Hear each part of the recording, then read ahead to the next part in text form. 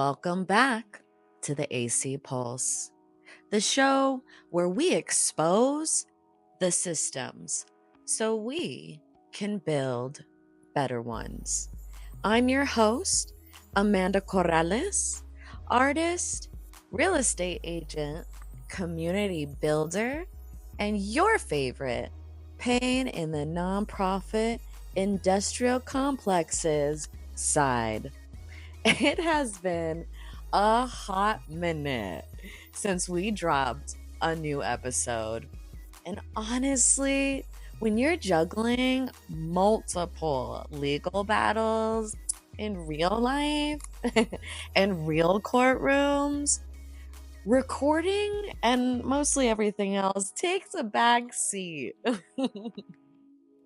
But don't worry, that silence was intentional because what's to come in future episodes, we're diving headfirst into lawsuits, funder gaslighting, and all the nonprofit spin that artists are supposed to stay quiet about. So today, we're starting with something personal. This is about what happens when you submit an idea, or what they like to call a proposal, and an institution takes it like it was always theirs. Sometimes when you walk into a space, you don't see the politics, but you feel them. You feel the hierarchy, the favoritism, the silent contracts, all the things never said out loud, but enforced all the same. When I reached out to RedLine, I wasn't applying for a job. I wasn't asking for a grant. I was asking to rent the space to run my own community event. I submitted a full proposal, a TED-style speaker series called Artist Through the Prism, designed to spotlight artists sharing their real stories, their creative journeys, financial hurdles, and personal growth. I described the concept in detail, gave them the language, the title, the structure, and I trusted that one of the biggest artist hubs would keep that information where I left it as part of a rental inquiry. But months later, RedLine launched a new version of an old program, a TED-style series with eerily similar wording and absolutely no credit.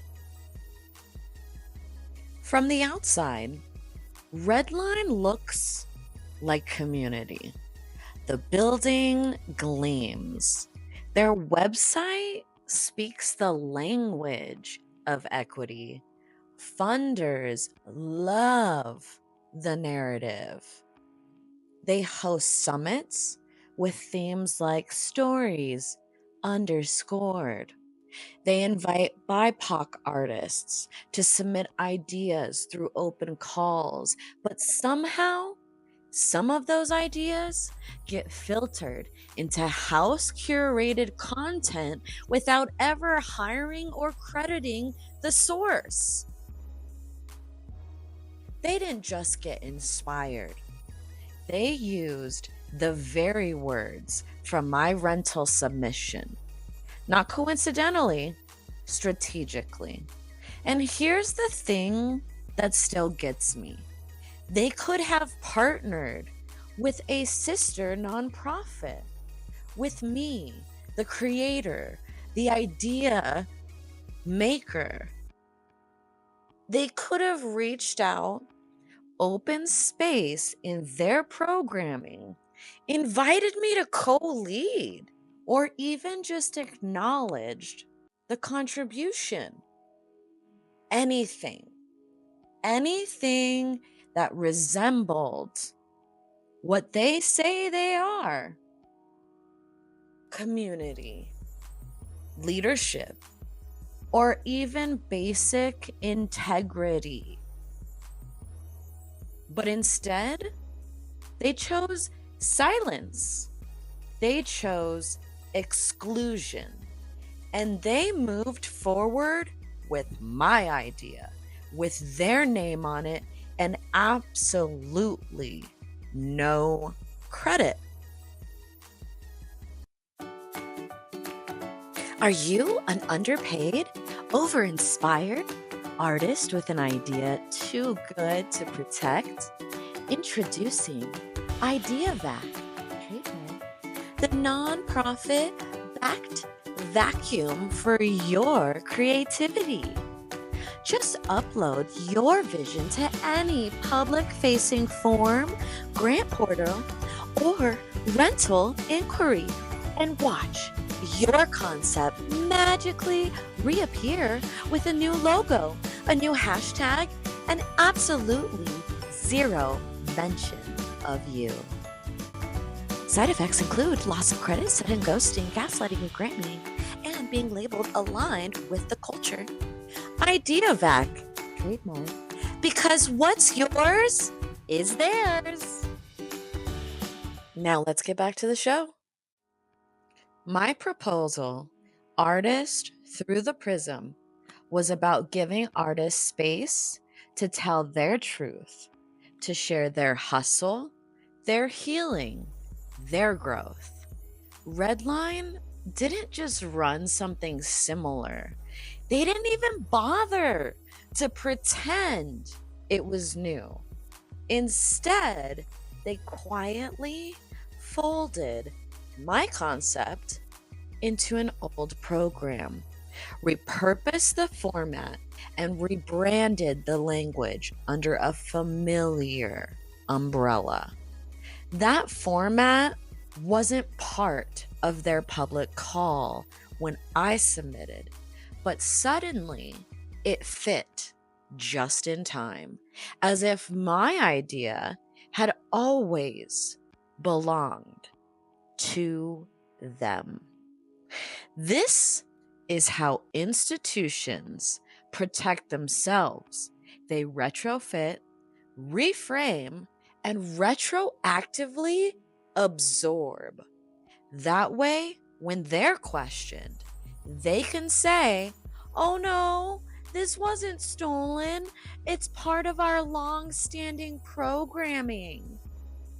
We'll get to that later in the season, when the legal threats start flying and the PR language gets copied and pasted. We talk about equity. We talk about inclusion. But how can you claim either when you're building your programming off of someone else's unpaid, uncredited work? Sound familiar? Colonization? What happened to me is not rare. It's routine. The nonprofit industrial complex has perfected this. Invite the idea, exclude the creator. This is how trust breaks. This is how community becomes a performance. And this is how artists get erased, while the institutions profit. But I'm not disappearing. I'm documenting. I'm naming. I'm building alternatives where artists don't have to beg for scraps of recognition. If this episode hit home, Send it to someone who needs to hear this. Ay, share it with a fellow artist. Who cares? A funder. Or that one person still romanticizing community led institutions. And if you've ever had your work lifted, reworded, and repackaged like it was never yours to begin with, you're not crazy and you're not alone. Tag us, hashtag the AC Pulse. Also, use the hashtag submission does not equal consent. And let's call this theft for what it is.